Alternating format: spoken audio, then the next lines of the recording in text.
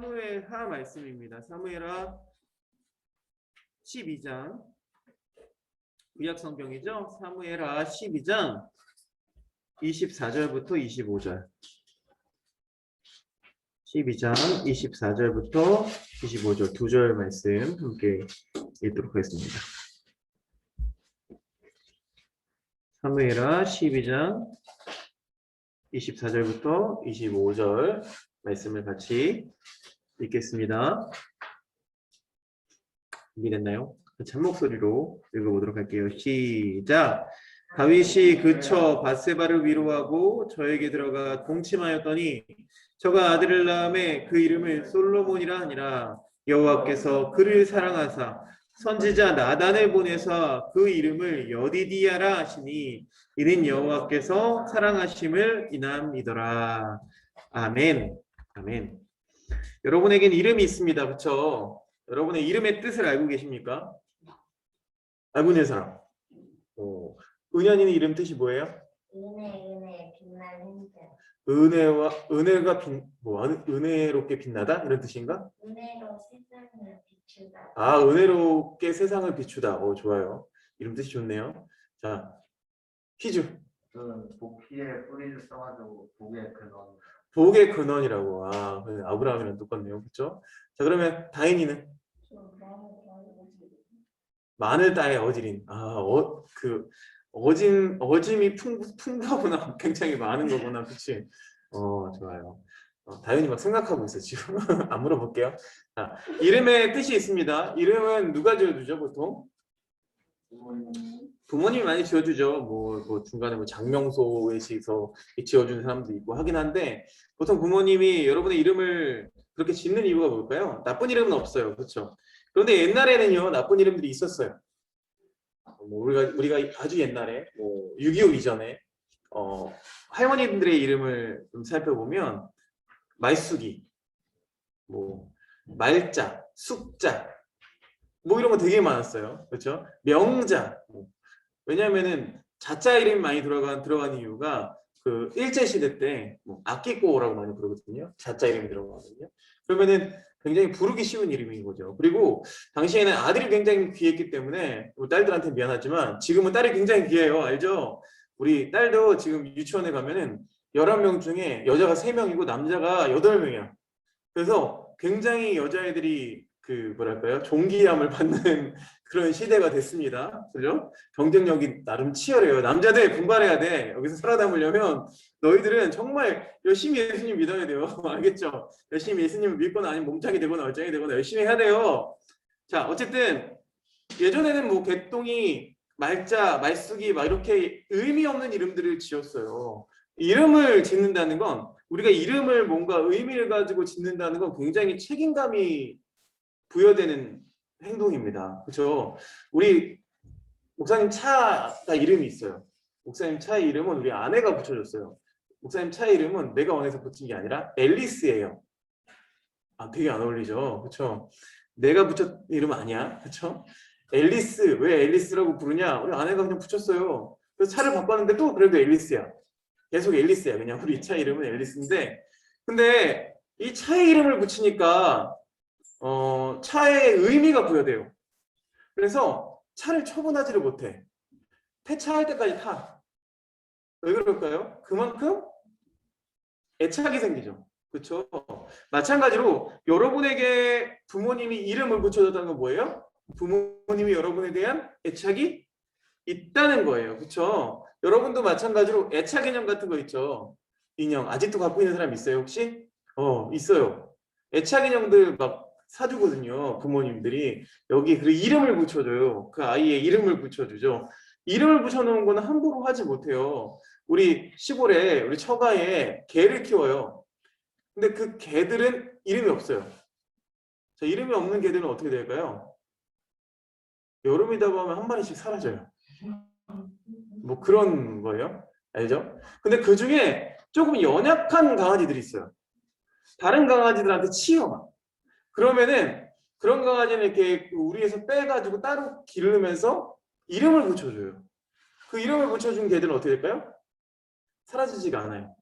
무슨 말인지 알겠죠? 왜냐하면 그 이름을 붙인다는 건 그만큼의 의미가 부여가 된다는 거예요. 오늘 말씀 보면은요, 조금 어려운 말씀일 수도 있는데 오늘 이 말씀 속에서 보니까 다윗 왕의 시대가 지나가고 있어요. 다윗 왕의 시대가 지나가고 그 다음 왕이 누구예요? 솔로몬 왕이 등장을 했죠. 그렇죠? 아기로 등장을 합니다. 다윗이 70이 됐거든요.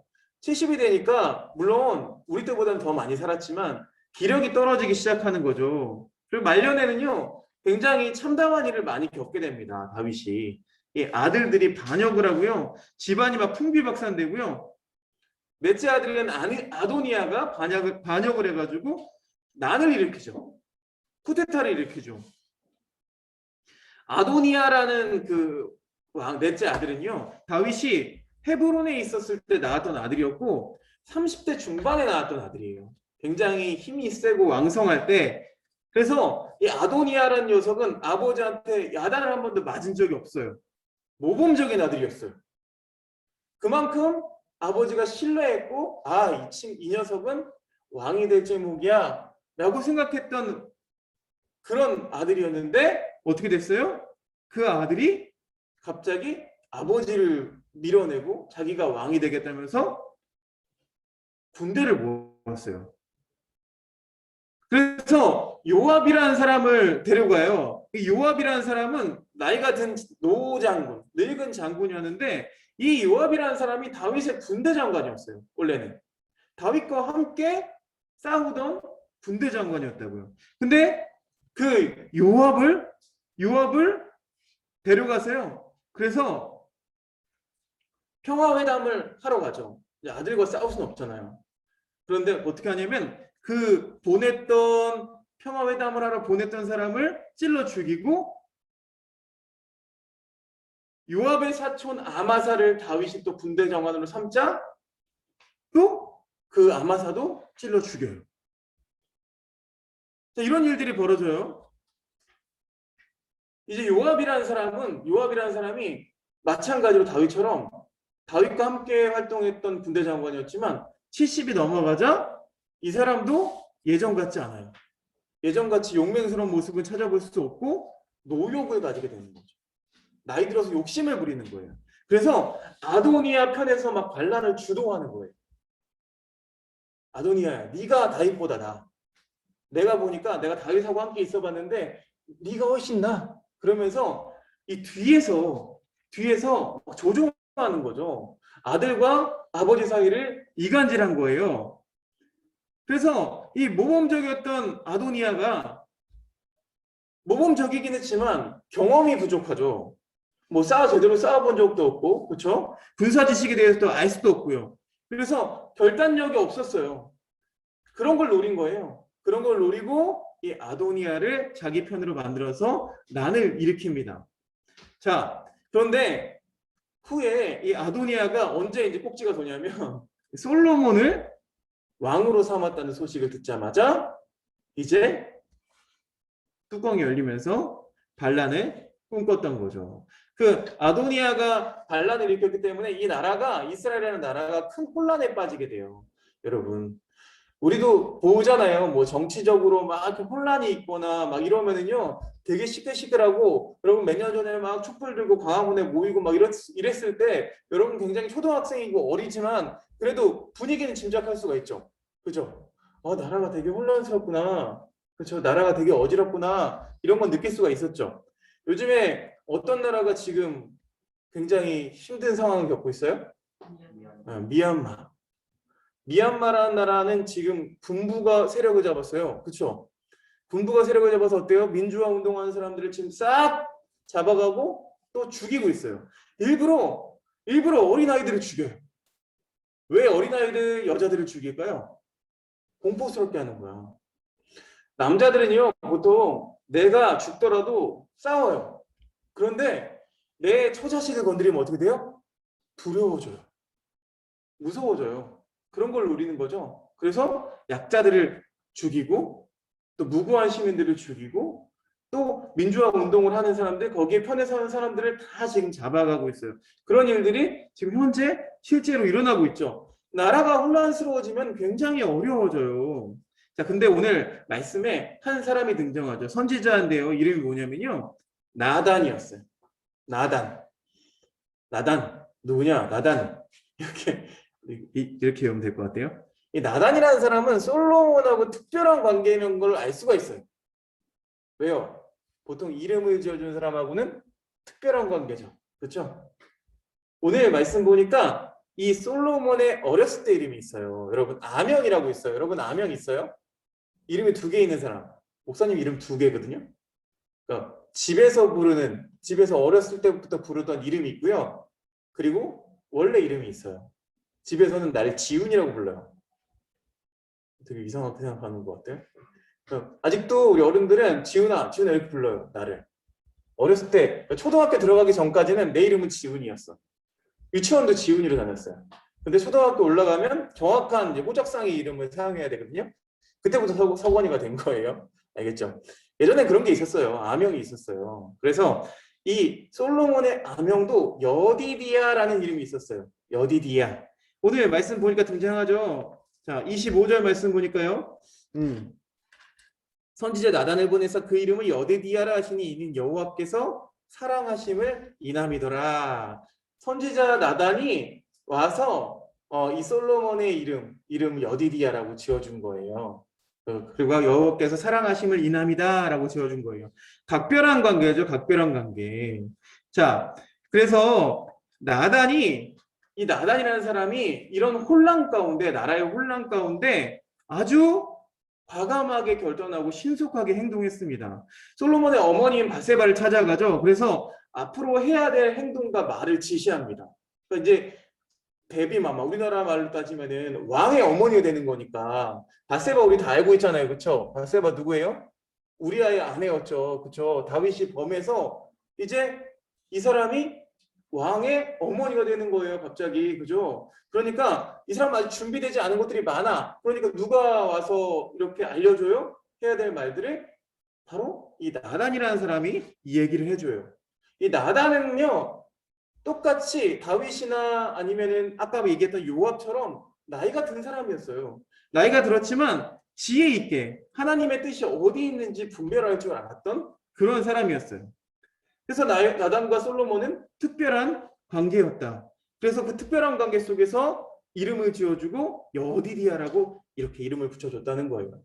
우리에게도 이름을 지어준다는 건 굉장히 특별한 것이라고 설명을 드렸지만 이 유대인에게는 이름을 지어준다는 것은요, 소유와 지배관계가 세워졌음을 의미하는 겁니다. 근데 나단이 개인적으로 이름을 붙여준 게 아니에요. 나단이 하나님을 대신해서 이름을 지어줬다는 건 뭐예요? 하나님의 소유관계, 하나님이 이 솔로몬을 지고 있다라고 우리가 판단할 수 있겠죠. 그래서 하나님께서는요, 만물을 다 창조하시고 이름을 지어주죠. 별들에게도 이름을 지어주세요. 그 뭐예요? 하나님이 그 소유가 누구에게 있다? 나에게 있다라는 것을 보여주기 위한 거죠. 하나님이 인간을 창조하시고 뭐라고 불렀어요? 아담이라고 불렀죠. 뭐예요?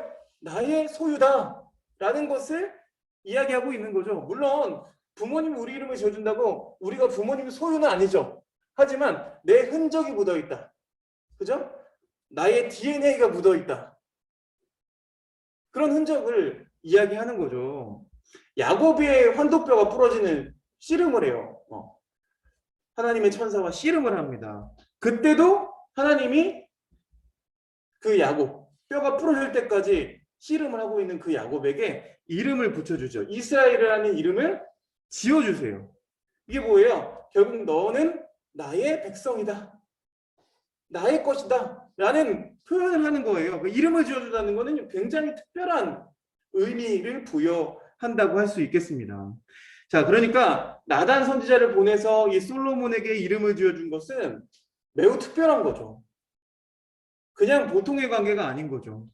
솔로몬이 이제 하나님한테 속했고 하나님을 대신해서 이 나단이라는 선지자가 솔로몬을 가르치고 인도한다. 이런 뜻을 가지고 있습니다. 자, 솔로몬이 어렸을 때부터 나단이 관심을 가지고 신앙 교육을 담당했다는 거예요. 그래서 솔로몬은 우리가 뭐라고 불러요? 솔로몬 하면 떠오르는 단어가 있어야죠. 지혜, wisdom, 그쵸? 지혜의 왕이라고 부르죠. 물론 솔로몬의 인생이 모두 다 지혜로웠다는 건 아니에요. 나중에 이야기하겠지만 솔로몬은 여자가 많았어요. 부러워? 굉장히 많았습니다. 여자가 많아지면 어떻게 돼요? 복잡해집니다. 문제가 아주 복잡해져요. 자, 솔로몬은요, 나중에 자기가 막 누릴 수 있는 거 다 누렸어요. 돈도 많고, 여자도 많고, 나중에 뭐라고 얘기하냐면, 야, 그게 다 헛되고, 헛되니, 모든 것이 헛되도다. 라고 이야기하는 그런 사람입니다. 아무튼, 그럼에도 불구하고 우리가 지혜 있다라고 이야기하는 것은, 여러분, 지혜와 지식은 같습니까? 다릅니까? 달라요. 지식이 많다고 지혜로운 사람이 절대 될 수 없습니다. 물론 지식 속에서 지혜를 발견할 수는 있겠죠. 더 많은 지혜를 발견할 수 있는 기회는 되겠지만 지식이 많다고 해서 그 사람이 지혜롭다고 말할 수는 없습니다. 또 다른 한편으로 이 사람이 배우지 못했다고 해서 지혜롭지 못하다는 건 아닙니다. 그렇죠? 우리가 막 학력이나 더 많이 배우고 무엇을 더 많이 했고 이런 걸로 사람을 판단하는 경향이 있는데 그렇지 않습니다. 우리 옛날 어르신들 보면은요. 공부 못하셨어요. 초등학교 때밖에 안 나왔어. 그럼에도 불구하고 사리분별을 정확히 하시는 분들이 있는가 반면에 많이 배우고 많은 것을 누렸지만 제대로 판단하지 못하고 자기 이익을 추구하는 그런 사람들이 있습니다. 그렇죠? 지혜롭지 않은 사람들이죠. 어찌됐건 이 지혜로운 것들을 바로 누구한테 배웠느냐? 이 말씀을 누구한테 배웠느냐? 바로 이 나단 선지자를 통해서 이 솔로몬이 지혜의 왕이 될 수 있는 발판을 마련했다는 거예요. 나라가 혼란에 빠졌을 때, 이 어려움에 빠졌을 때 하나님 뜻을 분명히 깨닫고 중심을 잡을 수 있는 그런 사람이 필요한 거예요.